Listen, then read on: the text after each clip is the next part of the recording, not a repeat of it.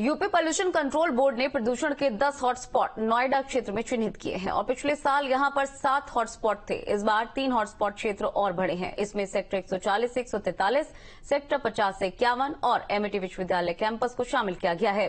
पूर्व चिन्हित किए गए 7 क्षेत्रों को भी हॉटस्पॉट की श्रेणी में इस बार रखा गया है। नोएडा और दिल्ली एनसीआर में हर साल सर्दियों के समय पोल्यूशन का लेवल खतरे के निशान से ऊपर होता है। AQI 500 के पार दर्ज किया जाता है।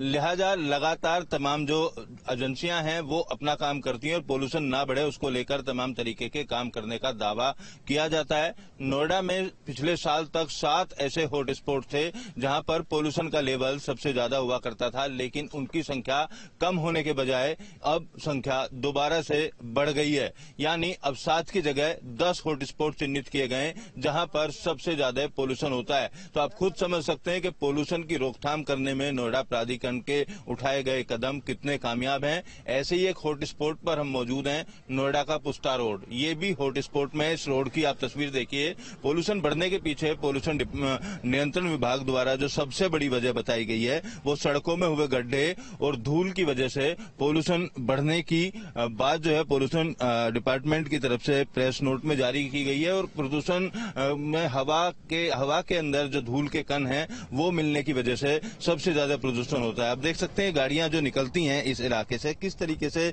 धूल उड़ती है, ये धूल हवा में घुल जाती है जिसके चलते पोल्यूशन का लेवल बढ़ता है। दूसरी सबसे बड़ी वजह जो है वो ये बताई गई है कि सड़कों पर वाहनों का दबाव, रोड पर जाम लगना भी प्रदूषण का एक बड़ा कारण है। इसी के बगल में सेक्टर 126 की मैं तस्वीर आपको दिखाऊं तो सेक्टर 126 है, तमाम ये इमारतें यहाँ पर बनी हुई हैं। एक नामी यूनिवर्सिटी भी है। ये दूसरा हॉटस्पॉट है जहां पर सबसे ज्यादा प्रदूषण रहा करता है। सेक्टर 50, सेक्टर 51, सेक्टर 150 इस तरीके के तमाम हॉटस्पॉट प्रदूषण नियंत्रण विभाग द्वारा जारी किए गए। पिछले दिनों जिलाधिकारी की तरफ से नोएडा, ग्रेटर नोएडा और यमुना प्राधिकरण को पत्र लिखकर टूटी हुई सड़कों की मरम्मत करने के लिए कहा गया था ताकि आने वाले समय में प्रदूषण पर नियंत्रण पाया जा सके। लेकिन नोएडा में अभी भी काफी ऐसी सड़कें हैं जो टूटी हुई हैं। बदहाल सड़कों से जहां एक तरफ जाम लगता है वहीं उड़ने वाली धूल कहीं ना कहीं लोगों की सेहत को नुकसान पहुंचाती है। अक्टूबर में हर साल ग्रेप लागू कर दिया जाता है। अक्टूबर आने में बहुत ज्यादा समय नहीं है।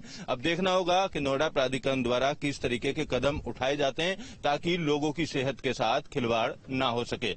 वीडियो जर्नलिस्ट सिद्धार्थ गुप्ता के साथ अमित चौधरी, न्यूज स्टेट नोएडा। दिल्ली के रंगपुरी में एक शख्स ने जहरीला पदार्थ